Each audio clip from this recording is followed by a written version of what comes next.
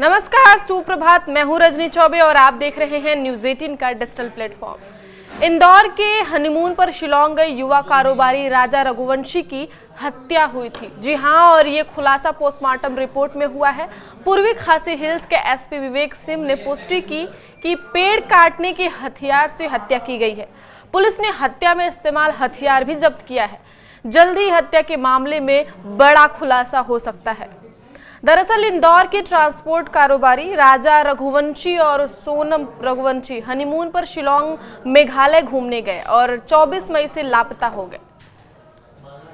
परिजनों की शिकायत के बाद स्थानीय पुलिस लगातार दोनों की तलाश में जुटी हुई थी। बीते दिनों में सर्चिंग के दौरान दोनों की एक्टिवा लावारिस हालत में मिली थी। वहीं सोमवार को करीब 10 दिन बाद राजा का शव पहाड़ियों में मिला। राजा के शव की शिनाख्त शिलांग में मौजूद भाई द्वारा की गई। इसके बाद इंदौर स्थित घर पर परिजनों को भी सूचना दी गई। परिजनों के अनुसार पुलिस को मिले शव के हाथों पर राजा लिखा हुआ है, जिसकी पहचान भाई ने की। वहीं सोनम अभी भी लापता है। राजा का शव मिलने के बाद पुलिस ने सोनम की तलाश तेज कर दी है। परिजनों का कहना है कि 2 टीमों की ओर से लगातार सोनम की तलाश की जा रही है। भगवान से अब यही प्रार्थना है कि हमारी बहू सोनम सकुशल जल्द मिल जाए।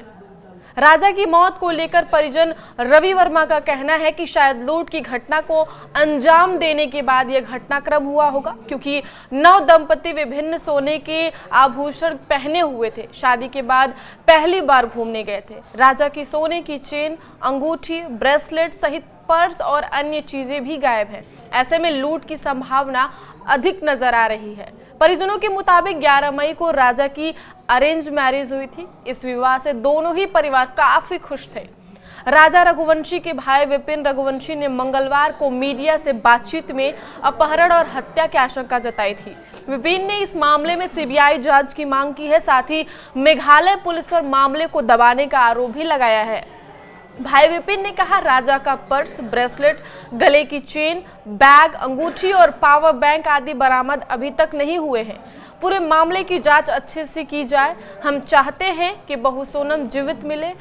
वहीं एडी व्यू पॉइंट माओक्वा में जीपीएस ट्रैकर से पता चला कि दंपति ने जिस स्कूटी का इस्तेमाल किया था वह 23 मई को कुछ देर के लिए रुकी थी। इससे पहले वेसा डोंग इलाके से जहां राजा का शव बरामद हुआ था। सर्च टीम को एक टूटा हुआ मोबाइल फोन और एक डाउ मिला था। हालांकि अभी तक यह पता नहीं चल पाया है कि ये चीजें मामले से जुड़ी हैं या नहीं।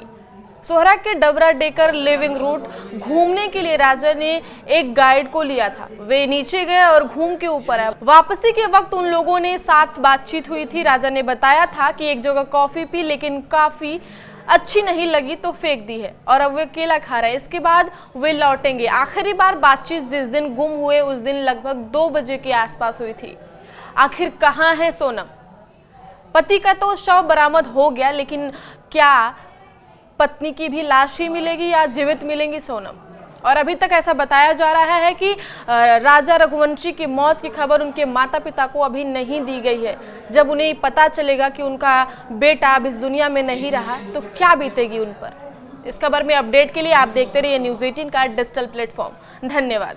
इंदौर के ट्रांसपोर्ट कारोबारी राजा रघुवंशी अपनी शादी के बाद पत्नी के साथ पहली बार घूमने पहुंचते हैं। शिलांग के मेघालय के शिलांग में जब घूमने के लिए पहुंचते हैं तो 23 मई से लगातार परिवार से उनकी कनेक्टिविटी नहीं हो पाती है और परिवार उसको ढूंढने के लिए निकलता है। शिलांग पुलिस से वो लोग संपर्क करते हैं और लगातार अलग अलग स्थितियों में उनकी सर्चिंग की जाती है। बताया जाता है कि 24 मई से ही परिवार उनको लगातार ढूंढने का प्रयास कर रहा था। सोमवार को एक दुखद खबर सामने आती है और बताया जाता है कि राजा रघुवंशी की मौत हो चुकी है। हालांकि सोनम का अब तक पता नहीं चल पाया है। सोनम को ढूंढने के लिए लगातार सर्चिंग जारी है। बताया जा रहा है कि विपिन जो उनका भाई सर्चिंग के दौरान वहां के स्थानीय प्रशासन और पुलिस बल के साथ मौजूद था। वो उसके द्वारा राजा की शिनाख्त की गई। उस शव के हाथ पर एक टैटू बना हुआ था। उस टैटू पर राजा लिखा हुआ था। हमारे साथ राजा के परिजन हैं, जानते हैं। सर, रवि वर्मा जी, क्या पूरा घटनाक्रम सामने आया? देखिए, 11 तारीख को राजा की शादी हुई। प्लान किया गया कि उसकी इच्छा थी कामाख्या देवी दर्शन करने जाने की। दोनों ने कामाख्या की टिकट कराए। वहाँ से उनको किसी ने कहा कि शिलांग बहुत खूबसूरत जगह है मेघालय में। वो लोग वहाँ गए, घूमने गए थे। एक दिन संपर्क नहीं हुआ, 2 दिन संपर्क नहीं हुआ, तीसरे दिन संपर्क नहीं हुआ, तब चिंताएं बढ़ने लगी। हो सकता था कि नेटवर्क ना मिल रहा हो या मोबाइल डिस्चार्ज हो गया हो और कहीं गए ऐसी जगह चले गए जहाँ से संपर्क नहीं हो सकता। ये मन में छोटी मोटी आशंकाएं थी क्योंकि रोज बात हो रही थी बहू से और राजा से कि बेटा कहाँ पहुँचे, कैसे हो, ठीक ठाक हो, कैसा लग रहा है। लेकिन जब 3 दिन तक लगातार उसकी कोई इन्फॉर्मेशन नहीं मिली तो मन में चिंता होने लगी। चिंता होने के बाद फिर हमने उनके द्वारा भेजे गए फोटो में जो गाड़ी का नंबर था, उस गाड़ी के नंबर को ट्रेस किया तो पता चला कि गाड़ी किराए की थी और वो गाड़ी किसी ट्रांसपोर्टर से उन्होंने चलाने के लिए ली थी। जैसा कि गो वगैरह जाते हैं तो 2 व्हीलर किराए पे मिलते हैं।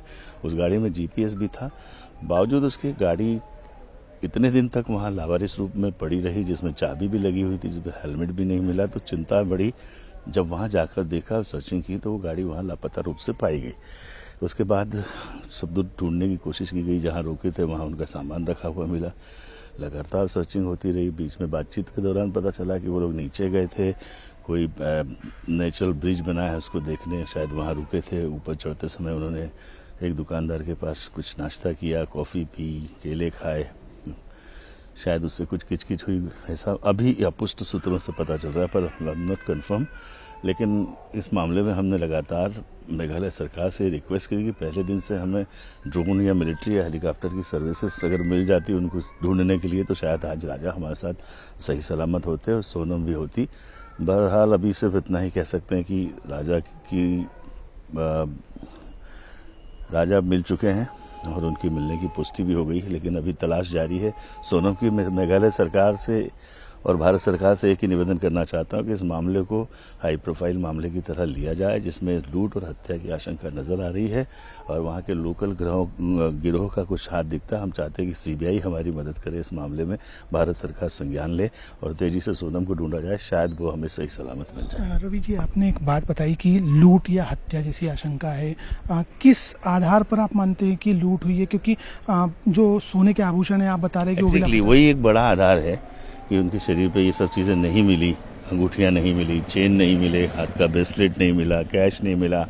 राजा के पास भी 2 मोबाइल थे, उसमें से 1 मोबाइल मिला है और ये और कोई कारण नहीं हो सकता एक नवविवाहित जोड़े का वहां जाके इस तरह से लापता हो जाना, लड़के का मिलना, लड़की का नहीं मिलना। पता नहीं, भगवान ईश्वर उसको सुरक्षित रखे। अब हमारी बहू को उसके क्या हाल होगा, कहाँ होगी। मैं सरकार से ये दरखास्त करना चाहूंगा कि सीबीआई और मतलब भारत सरकार सेना की मदद ले, ड्रोन की मदद ले, हेलीकॉप्टर की मदद ले और सघन सर्चिंग ऑपरेशन चलाया जाए। चाहे कितना भी खराब मौसम, विकट से विकराल स्थिति में भी इस सर्च को अच्छे से की जाना चाहिए। अगर ये किसी हाई प्रोफाइल व्यक्ति का मामला होता, किसी मंत्री नेता के बहू बेटों के साथ होता, तो क्या सरकार ऐसा नहीं करती?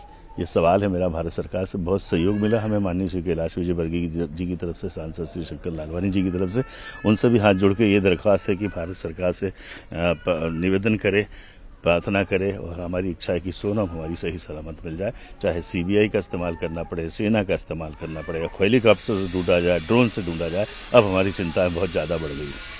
बिल्कुल, परिजनों का कहना है कि कहीं न कहीं लूट या अन्य घटना को अंजाम देने के बाद राजा की मौत हो गई है। हालांकि सोनम की तलाश अब भी लगातार जारी है। सर्चिंग टीम लगातार सोनम को तलाश रही है, अलग अलग माध्यमों से सोनम की तलाश की जा रही है। इंदौर पुलिस, शिलांग पुलिस से लगातार संपर्क में है। तकनीकी साक्ष्यों के आधार पर भी सोनम की तलाश की जा रही है। हालांकि राजा की मौत की खबर आने के बाद परिवार काफ़ी गमगीन नजर आ रहा है। परिजनों का कहना है कि अब तक उनकी मौत की सूचना उनके माता पिता को नहीं दी गई है। जब तक सभी चीजें सही नहीं हो जाती तब तक इन स्थितियों को बदला नहीं जा सकता। सभी के यही कहना है कि अब केवल निगाहें टिकी है सोनम की वापसी पर, सोनम सकुशल अपने घर लौट आए।